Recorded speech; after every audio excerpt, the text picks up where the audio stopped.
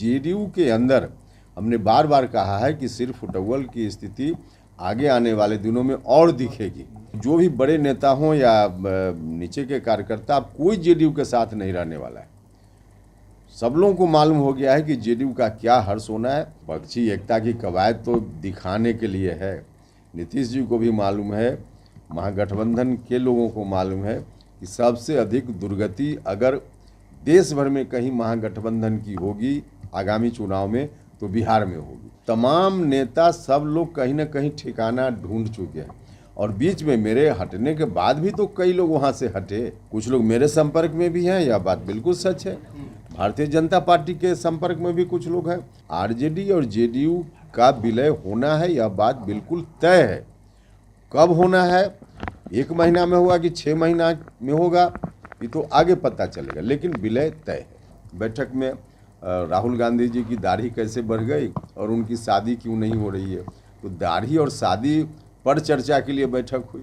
देखिए, हम किसी बयान के बारे में हमको जानकारी नहीं है, वो अलग विषय है, लेकिन जेडीयू के अंदर हमने बार बार कहा है कि सिर फुटबॉल की स्थिति आगे आने वाले दिनों में और दिखेगी। वहाँ कोई भी 1-2 अपवाद को छोड़ दीजिए तो जो भी बड़े नेता हों या नीचे के कार्यकर्ता, अब कोई जेडीयू के साथ नहीं रहने वाला है। सब लोगों को मालूम हो गया है कि जेडीयू का क्या हर्ष होना है। जिस दिन नीतीश कुमार जी ने निर्णय ले लिया कि हम अब लालटेन छाप जिंदाबाद करेंगे, बिहार को हम उसी खौफनाक स्थिति में फिर से पहुंचाएंगे जहां 2005 के पहले बिहार था, तो उस परिस्थिति में कौन उस पार्टी में रहने वाला है।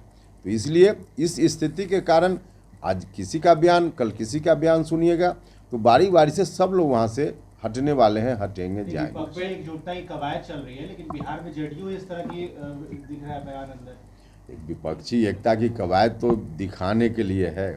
नीतीश जी को भी मालूम है, महागठबंधन के लोगों को मालूम है कि सबसे अधिक दुर्गति अगर देश भर में कहीं महागठबंधन की होगी आगामी चुनाव में तो बिहार में होगी। सबसे अधिक दुर्गति यह मालूम है सब लोगों को। इसलिए वो कवायद कुछ भी लोग दिखाने के लिए करें, बिहार में तो यही हर्ष होना है। क्या जिस बात को दोहरा रहे, तो क्या लगता है ये जो गुटबाजी की बातें लगातार निकलकर सामने आ रही है, तो क्या अंततः जेडीयू जो है वो बिखरेगी? हाँ, तमाम नेता सब लोग कहीं ना कहीं ठिकाना ढूंढ चुके हैं और बीच में मेरे हटने के बाद भी तो कई लोग वहाँ से हटे। तो आप देखते जाइए ना, यह सिलसिला रुकने वाला नहीं है और अंततः जेडीयू में कुछ नहीं बचने वाला है।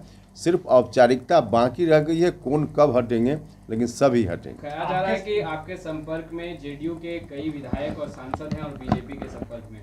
हाँ, निश्चित रूप से। देखिए, हमने कहा कि लगभग सभी लोग कहीं ना कहीं अपना ठिकाना ढूंढ चुके हैं।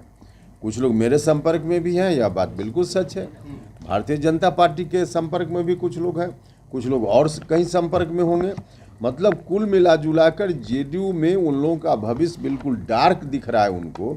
इसलिए वहाँ कौन रहेगा, तो कोई नहीं वहाँ रहने वाला है। तो कहीं ना कहीं संपर्क तो लोगों का है ही। अब कब कौन हटेंगे औपचारिक रूप से यह समय बताएगा, लेकिन संपर्क में है मेरे साथ भी और अलग अलग जगह पर। जेडीयू की विलय होने वाली है।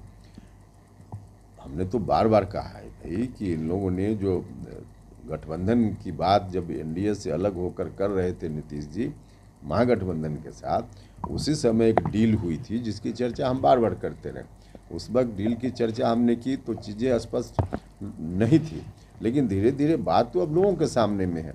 आरजेडी और जेडीयू का विलय होना है, यह बात बिल्कुल तय है।